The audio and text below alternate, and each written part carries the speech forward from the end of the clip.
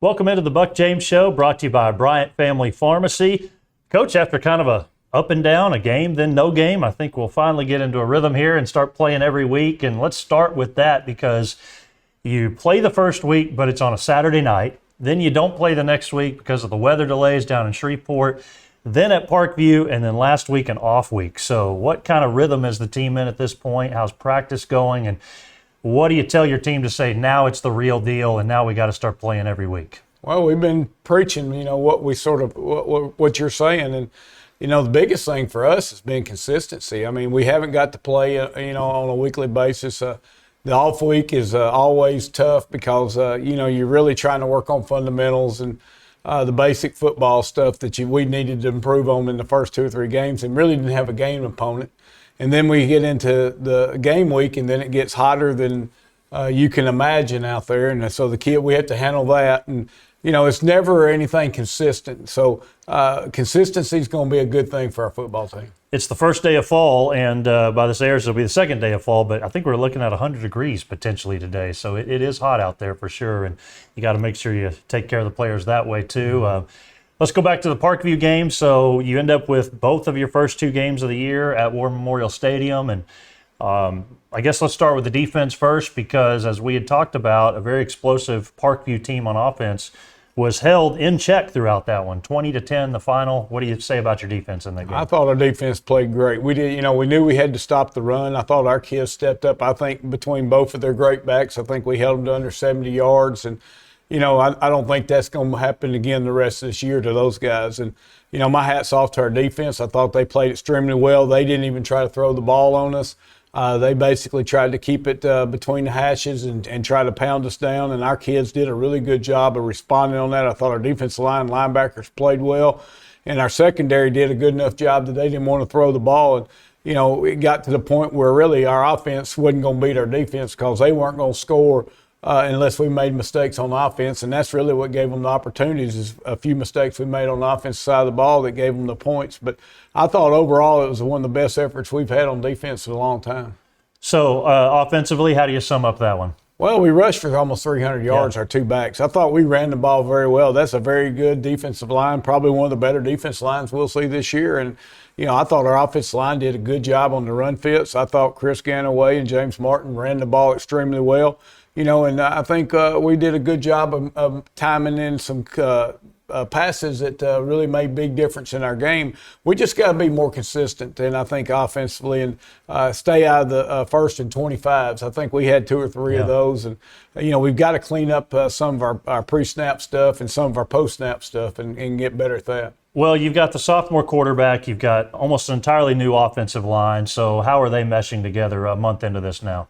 Well, we got probably 10 guys on offense that really they're playing the first time in their high school career. And, it doesn't matter if you're a sophomore, junior, or senior, it's still an early season, a new season, and these guys got to mature, and they've got to understand their roles, and they've got to get better each and every week. And I think these guys will. And they're working hard. They want to do good, and they're really working at being the best they can be every day, I think. So Fort Smith Northside, the opponent, it's conference play time. I was going back looking at last year a little bit when we went to their place a year ago. That was a really close ball game, a really hard-fought game. They had those running backs that everybody was keying in on. And then, of course, we play them in the playoffs, and a little bit different story, a little bit more of a blowout. But again, here we are, this beginning part of the year, first conference game. It matters more than the game a week ago.